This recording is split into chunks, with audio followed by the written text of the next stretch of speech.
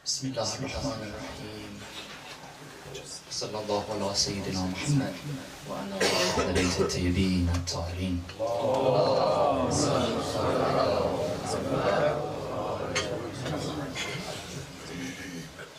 Merciful Allah, spare me long enough so that I may complete my mission. In remembrance of his undying love and loyalty for his and our master Abu Abdullah al-Hussein, strengthen your love and loyalty with the salawat ala Muhammad wa ali Muhammad. Allahumma salli ala Muhammad wa ali Muhammad.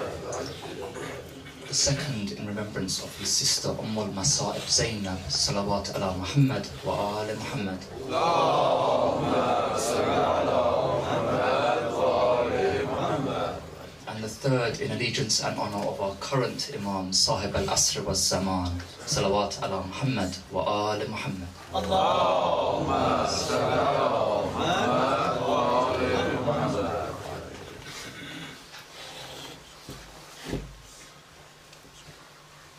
As we know, for the past couple of days, my topic has been about raising children, bringing them up in a way that they will not go astray and that they will stick to the path of the Ahlul Bayt alayhim salam. Before I begin, I want to first ask forgiveness from all of you, the time sat up here. There is nothing I know that you do not already know, but it's your kindness that you've allowed me to come and take part in this Majalis.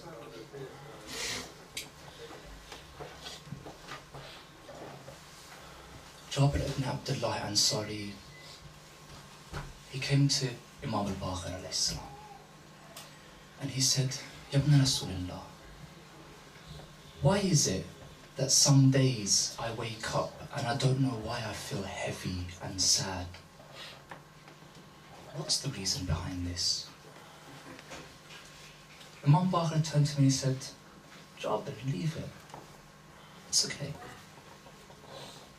Jabir turned and said, no, Ya ibn Rasulullah, it's such a distress and pain on me that even my friends and family realize. They come to me and say, Jabir, what's wrong with you?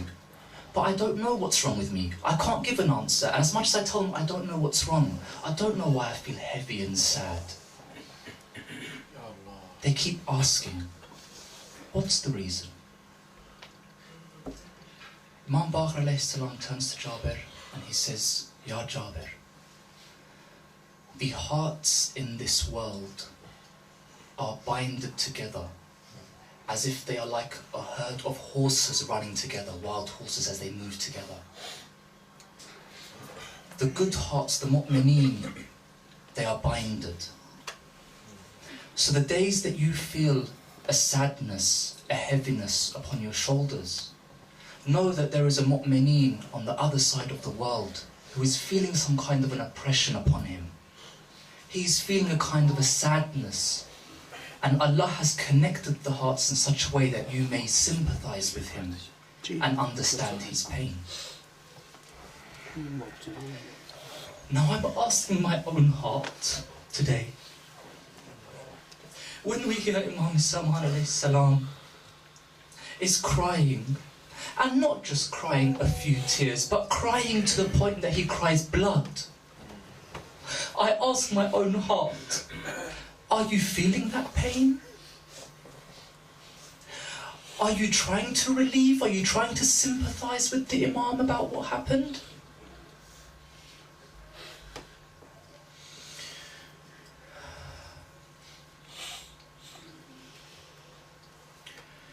In Karbala, we know that this was a university, a fast-track university. The lives of the Imams were all universities. We can learn everything from them. But we turn to Karbala for fast-track. That everything through all the Imams' lives can be seen in Karbala. Every lesson, every movement, every word is a lesson for us. When Imam Hussein alayhi salam, he sat upon the horse to go forward. Now this is something I want to show parents so that they can connect back to their children. Oftentimes a parent wants to go to work in the morning and they're getting late, or they have to go give in a project or something, and they're in a rush to leave. But as soon as they see they're putting on their shoes to go, their daughter or son comes to them and holds them back and says, "Dad, where are you going? Stay with me, play with me a little bit." And oftentimes what do? Do we turn around and kiss the child? Do we turn around and hold them? Do we turn around and soothe them in any way? Or do we say, "I'm coming back later"? Or do you call your wife and say, "Come and take the child, move it away, I need to go"? Let's stop and think for a second what this does to the child's heart. That it's looking for its father. It has that connection there. Or for the mother. And instead of us turning around and soothing the child and reassuring the child that we're going to be back, don't worry. We just instead turn around, tell them off, we shout at them. Or we tell our partner to come and take the child away. Bezur. Sometimes you see the child still holding the clothes and the mother's pulling the child away. Take your hearts to Karbala and look at the moment when Hussein is doing his wada with the families. And all the ladies are standing around the horse. "Ya Hussein, don't leave us yet. Stay with us for a bit." "Ya Hussein, when are you coming back so that we can see you?" And Hussein, one by one, is telling these ladies, calming them down, "Don't worry, don't worry. Don't worry, Zainab is here. Don't worry, Imam Sajjad is here." And he's trying to calm them one by one. And as he sees that around him has now become a bit free for him to move off, he starts to move the horse. "Zoljana, let's go." You see, Zoljana doesn't move. Imam Hussein tries again. He sees Zoljana is steady. He looks around to see what's going on, and he sees that Hazrat Ruqayya Salamun alayha is standing there holding the legs of the horse, as if she's speaking with the horse that, "I know where you're going. And I know how this will end. Don't take my father yet." Now I want to ask, did Imam Hussein, under all this stress and pressure, knowing that he's seen all his companions and all his family martyred in front of his own eyes, this pressure of knowing that not only is he thirsty and hungry, that he doesn't have the energy to move forward, but he knows he has to go for a duty. This stress and this pressure, look at what he does. Let us learn from him how to be a father and a role model to our children. He comes down off the horse and he sits down, rests on the ground and takes his daughter. Hussein knows that after this, there won't be a man to stroke her head for her.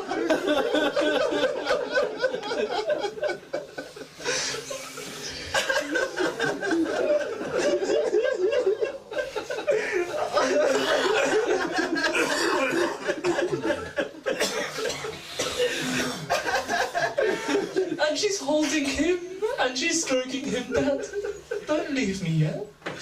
Stay, play with me." Imam Hussein sits, strokes her, hugs her, kisses her, and then he knows that it's time to go.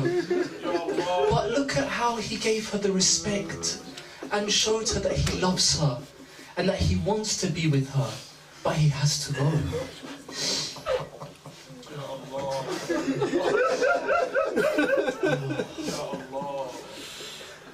Last night, no matter how much I was reading the stories over and over again, to pick out the stories of the family of Imam Hussein alayhi salam, I wanted to pick someone close to the heart of Imam Hussein. But then there was one story that I couldn't pass by, that no matter how much I tried to ignore it and move on to the others, it kept pulling my heart back. John was the slave of the Ahlul Bayt alayhim salam.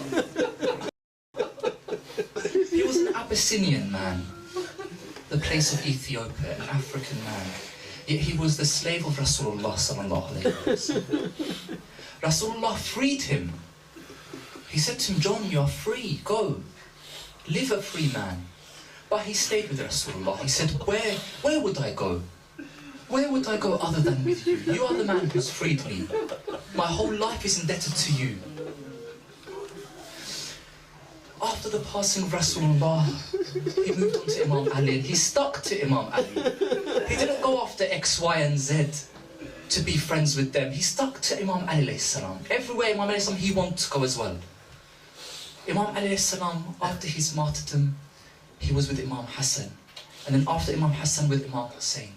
This man is not a young man with valor and vigor to be able to go out and fight the enemies. He's an old man. Yet he sees, what can I do? What can I do when I see the companions of Hussein all going out and getting martyred? Am I less? Am I not worthy of the same shahadat as them? He comes to Imam Hussein's tent and look at the discipline. He comes and he stands there with his head down and his hands in his lap, waiting for the Imam to acknowledge him. He doesn't come in and disrupt the Imam, whatever the Imam was doing, and say, listen, I have something to tell you. No. Look at the discipline. He waits till the Imam acknowledges him. Imam says, John, what's wrong? What can I do for you? What has brought you here? John turns to Abu Abdullah Hussein and he says, Ya Hussein, enough is enough. How can I stand to see the companions all go out one by one and not return? How can I see that your family, or know that your family, will be shed before your eyes, and for me to stand there and not be able to do anything? May Allah blind me that I see such a thing happen and that I have not sacrificed my life for you. Imam Hussein said, no John, no. You're with my grandfather Rasulullah, with my father Imam Ali, with my brother Imam Hassan. John, I grew up in your lap. John, you would take me and tell me stories. How can I now let you go? John is thinking in his head, what can I do to get permission to leave? So he says to Abu Abdullah Hussein, I understand what the problem is, Ya Hussein. Hussein says, what is it, John? I understand that I'm a black man, and that you don't want my black blood to mix with the pure blood of your family and your companions. I understand that I am a slave. Imam Hussein, upon hearing this, stands up, rushes to John and says, John, this is not the case. John, don't think such things of yourself. So Imam puts the clothes on John, helps him to get ready for the war, and he sends John out. But my point is here, that John, you served Ahlul Bayt alayhim as-salam till the very last moments of your life. How was your blood blackened? How was your heart dark? It's me that has to say my heart is black and my blood is black from the sin that I have committed. Ya Abu Abdullah, give me the chance to serve as your servant served you. Allow me to sacrifice my blood the way they sacrificed theirs for you. For if my blood is in my veins for any other reason, خسر الدنيا والآخرة. صلى الله عليك يا